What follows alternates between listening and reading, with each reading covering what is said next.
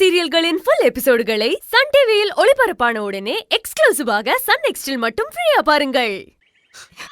இப்படி ஏகப்பட்ட குவாலிட்டிஸ் இருக்கிற நீ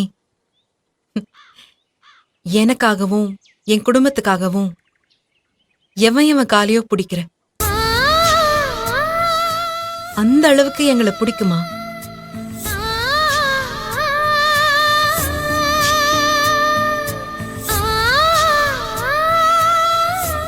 சத்தியமா சொல்றேன், உன் அளவு கடந்த காதல்ல நான் செத்துட்டேன். இந்த அளவுக்கு ஒரு பொண்ண ஒருத்தனால நேசிக்க முடியுமான்னு எனக்கு தெரியல. பாக்கெட்ல 1000 ரூபாய் இருந்தாலே எவனையும் மதிக்காத சிலர் இருக்கிற இந்த உலகத்துல எல்லாமே இருந்தும் என் ஒருத்திக்காக எதுவுமே இல்லாதவ மாதிரி நீ இருக்கிறத பார்க்கும்போது எனக்கு எப்படி இருக்கு தெரியுமா?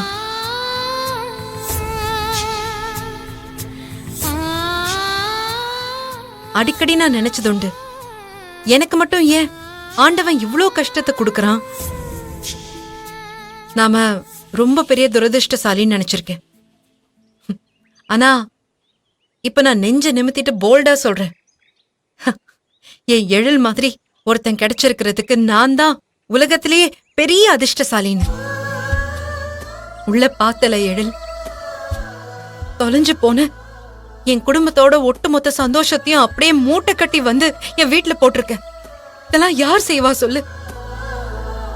தப்பு செய்யாத என் அண்ணன் தண்டனை அனுபவிச்சிட கூடாதுன்னு தான் நான் யோசிச்சேன்.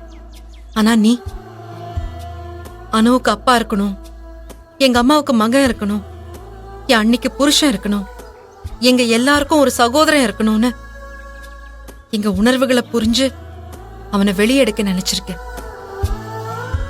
இப்படிப்பட்ட உன்னை நான் இத்தனை வருஷம் காக்க வச்சிருக்கேன். தெரிஞ்சு பல புண்ணியம் பண்ணனா தெரியாம எவ்வளவு பெரிய பாவத்தை பண்ணிருக்கேன்ல. இதுக்கெல்லாம் அந்த கடவுளை என்ன மன்னிப்பான்னு சத்தியமா எனக்கு நம்பிக்கை இல்ல. கயல், ஏன் இப்படிலாம் பேசிட்டு இருக்க? பிடிச்சவங்களுக்காக காத்திருக்கிறது ஒரு தனி சுகம். அது ஒரு சொல்ல முடியாத சந்தோஷத்தை கொடுக்கும். அந்த சந்தோஷத்தை கொடுத்த உனக்கு தான் நான் தேங்க்ஸ் சொல்லணும். சின்ன வயசுல இருந்து தெரிஞ்ச என்னோட காதலை நீ உடனே புரிஞ்சுக்கணும்னு அவசியமே இல்லையே.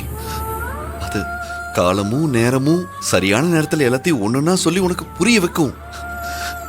அது வரைக்கும் காத்துட்டு இருந்தேன். இதுல நீ பாவம்லாம் என்ன செஞ்ச? சொல்ல போனா உன்னோட புண்ணிய கணக்குல இதெல்லாம் சேர்த்துதான் ஆகணும். இங்க பாரு, நான் பலமுறை சொல்லியிருக்கேன், எனக்கு ஒண்ணு எவ்வளவு பிடிக்குமோ அந்த அளவுக்கு உன் குடும்பத்தையும் ரொம்ப பிடிக்கும். அவங்களுக்கு ஒண்ணுன்னா நீ துடிக்கிற, நீ துடிக்கிறத பார்த்து நான் துடிக்கிறேன்.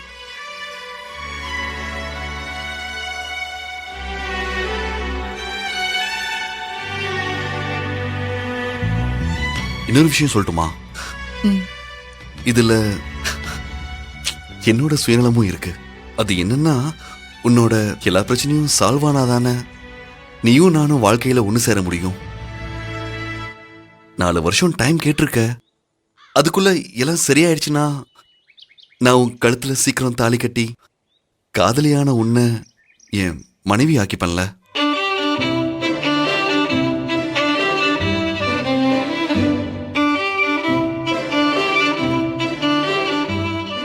இதை விட ஒரு பெரிய சுயநலம் இந்த உலகத்துல இருந்துட முடியுமா என்ன?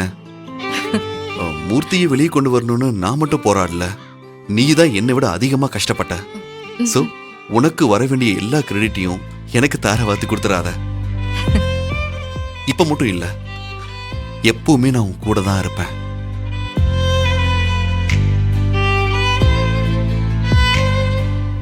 இந்த கடல் அலை மாதிரி உன் காலை தொட்டுட்டு பின்னாடி போறவில்லனா, அந்த கடல் மண்ணு மாதிரி உன் காலோட ஒட்டி வருவேன் கடைசி வரைக்கும்.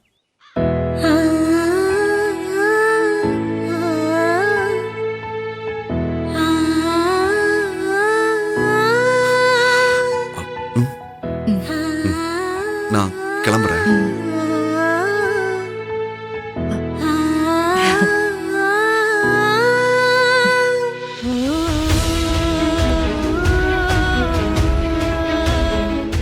எழில்,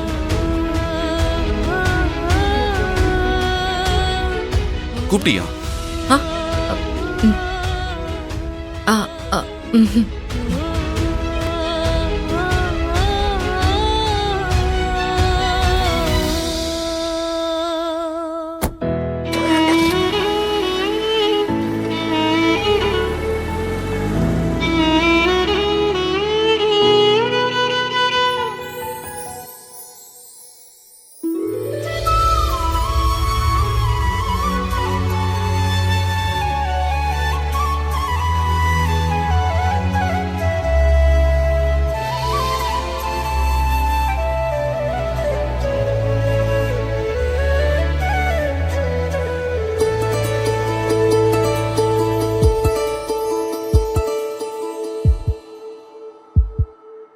உனக்காக வாழ நினைக்கிறேன்,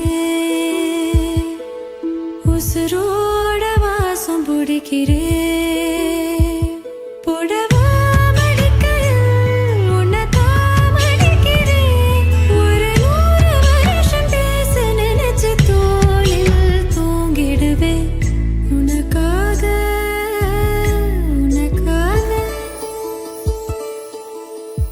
துருருரு துருருரு துருருரு துருருரு துருருரு துருருரு.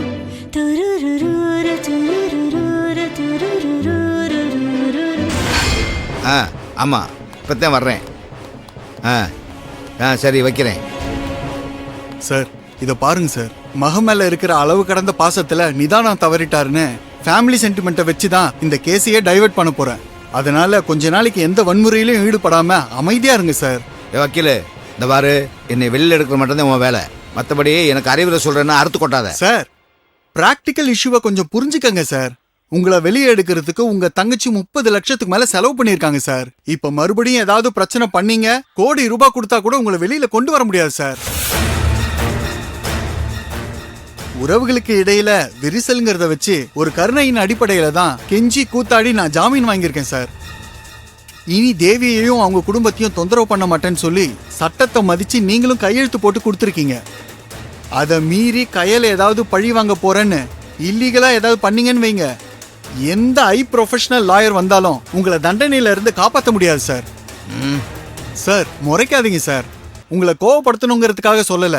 கொஞ்ச நாள் கோவத்தை கண்ட்ரோல் பண்ணிக்கங்க. அதுதான் உங்களுக்கும் உங்க குடும்பத்துக்கும் நல்லது. யார் கைவிட்டாலும் பதவி இருக்கு, அது நம்மளை காப்பாத்தும் நினைக்காதீங்க.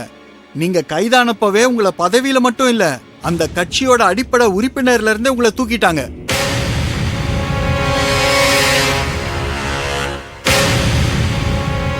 சார் இப்போதைக்கு உங்க நிலைமை பல்லு புடுங்கின பாம்பு மாதிரி தான். கொஞ்ச நாளைக்கு பொறுமையா இருங்க. அதுக்கப்புறம் சூழ்நிலை சரியானதுக்கு அப்புறம் உங்க இஷ்டப்படி இருங்க. கையல், சமுதாயத்திலையும் குடும்பத்திலையும் எனக்கு இருந்த ஆணித்தரமான அங்கீகாரத்தை அசைச்ச ஒன்ன அடியோடு அழிக்காம விட மாட்டேன்டி.